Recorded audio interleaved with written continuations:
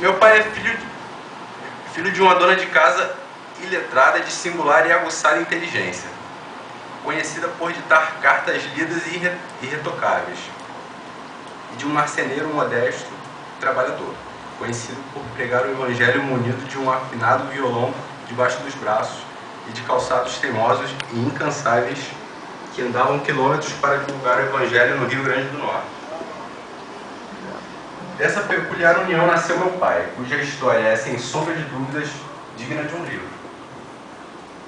De sua infância posso destacar as histórias contadas por ele próprio, das madrugadas de estudo, sempre acompanhado de seu pai, que enchia bacias d'água para que ele colocasse nelas seus pés e não dormisse ao debruçar-se sobre os livros. Livros estes que eram, e ainda são, fiéis companheiros de meu pai. Pessoa que tem um verdadeiro amor pela cultura e pelo conhecimento, ferramenta da qual utilizou-se para ascender socialmente.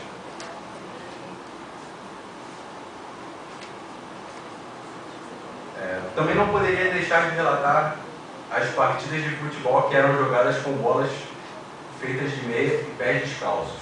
Uma infância simples e bastante feliz. Seu aniversário de 5 anos foi comemorado roendo a porta de casa, onde morava, com seus dentes de leite. Ele sempre conta essa história. Felizmente, creio eu que hoje a gente tem bolo, né? Partamos então para a sua adolescência e juventude. E o sonho do oficialato. Tendo crescido em Natal, cidade utilizada por tropas americanas como base militar, estudado em colégio administrado por militares, era natural que tivesse como objetivo tornar-se oficial. Contudo, ser aprovado em tão difícil concurso, em época onde as desigualdades sociais eram ainda mais acentuadas em nosso país, parecia uma façanha impossível para um brasileiro de origem humilde como era o jovem Paulo Ferreira. Mas Deus tem seus caminhos, né? Faça tudo como se Deus nada fizesse e creia nele com a convicção de que ele tudo pode fazer. Essa é uma frase que meu avô passou para o meu pai, que passou para mim, que eu passarei para os meus filhos. Ela sintetiza bem o caminho de Deus na vida de todos nós. Para ser velho, o curso para o concurso do Colégio Naval não existia em Natal. Foi criado no ano em que o meu pai decidiu fazer a prova. O jovem Paulo se inscreveu no curso, recebeu bolsa integral, passou no concurso e no ano seguinte, pasmem, o curso fechou. Como eu disse antes, Deus tem seus caminhos. O jovem nordestino, filho de uma mulher semi-analfabeta e de um marceneiro pregador do evangelho, estava agora indo para a Marinha, estudar com os filhos da elite carioca para tornar-se oficial da Marinha. Assim saiu de casa aos 17 anos, para desbravar o mundo.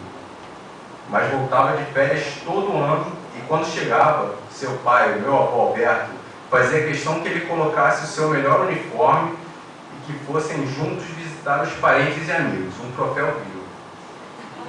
Uma prova de que Deus nada é impossível. Formou-se na escola naval, tornou-se oficial.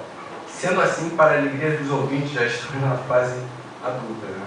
Dessa breve síntese da vida do meu pai. Como militar, orgulha-se até hoje da farda que vestiu por longos 38 anos. Segundo o relato dos meus irmãos, é respeitado até hoje por todos que trabalharam com ele. Desses 38 anos na Marinha, poderia contar dezenas de histórias do tenente, do capitão, do comandante Ferreira.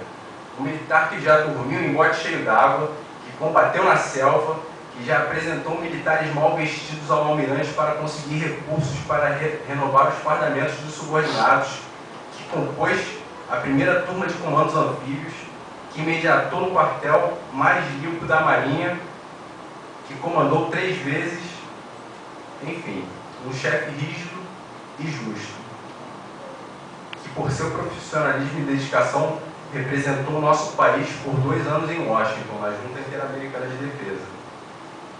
Dessa fase me recordo de muita coisa, mas o que me traz as lembranças mais felizes eram as vans vermelhas ou brancas que alugávamos e partíamos pela estrada americana para passear. Meu pai e seus mapas. GPS não existiam na época, coisas de filme de ficção científica. Sempre nos perdíamos. Minha mãe era copilota e tinha uma dificuldade ímpar com os mapas. Eram tempos felizes, onde as preocupações pareciam não existir. Lembro-me que em uma dessas viagens minha mãe colocou frasco de shampoo e trocou por um outro produto químico, cujo nome não me recordo agora. E seus cabelos ficaram mais duros do que bombril. E a sua coloração ficou meio azulada. Até hoje não creio ter visto em nenhuma dessas lojas de cosméticos. Me recordo também que essa ida para os Estados Unidos ocorreu quando a situação salarial dos militares estava bastante difícil. E os remédios para o tratamento de minha mãe levavam uma boa parte da nossa renda doméstica. Deus sempre esteve no controle da nossa família. Falar do meu pai e não citar minha mãe seria uma impropriedade. Mas hoje é um dia de festa e as lembranças da irmã Suzy me trazem saudades, lágrimas que fogem do contexto nesse momento. Foi ela uma pessoa maravilhosa que acompanhou meu pai por mais de 20 anos e aprove ao Senhor recolhê-la precocemente. Um casamento exemplar para mim como filho, uma bênção para meu pai, com toda a certeza e convicção de quem vos fala. Dizem que a sabedoria do homem materializa-se na escolha da sua companheira. Parabéns, pai. Você acertou 2 vezes. Quanto ao pastor Paulo, não falei de sua vida como pastor. Não falarei da sua vida como pastor, pois tenho certeza que existem diversas pessoas aqui presentes que podem fazê-lo com maior propriedade do que eu. Achei mais conveniente falar sinteticamente de sua trajetória como pessoa, do menino pobre do Nordeste, que representou o Brasil em Washington, meu pai. Hoje, dos meus bem-vividos 27 anos na condição de filho, e com toda a sinceridade que o momento exige, posso dizer que o Senhor é um pai excepcional. Uma pessoa exemplar que busca, em meio a tanta coisa errada, ser honesto, fazer a diferença. Temos orgulho de sermos seus filhos. Nessa data, nesse momento, a gente costuma externar sentimentos e dizer coisas que deveriam ser ditas diariamente às pessoas que amamos.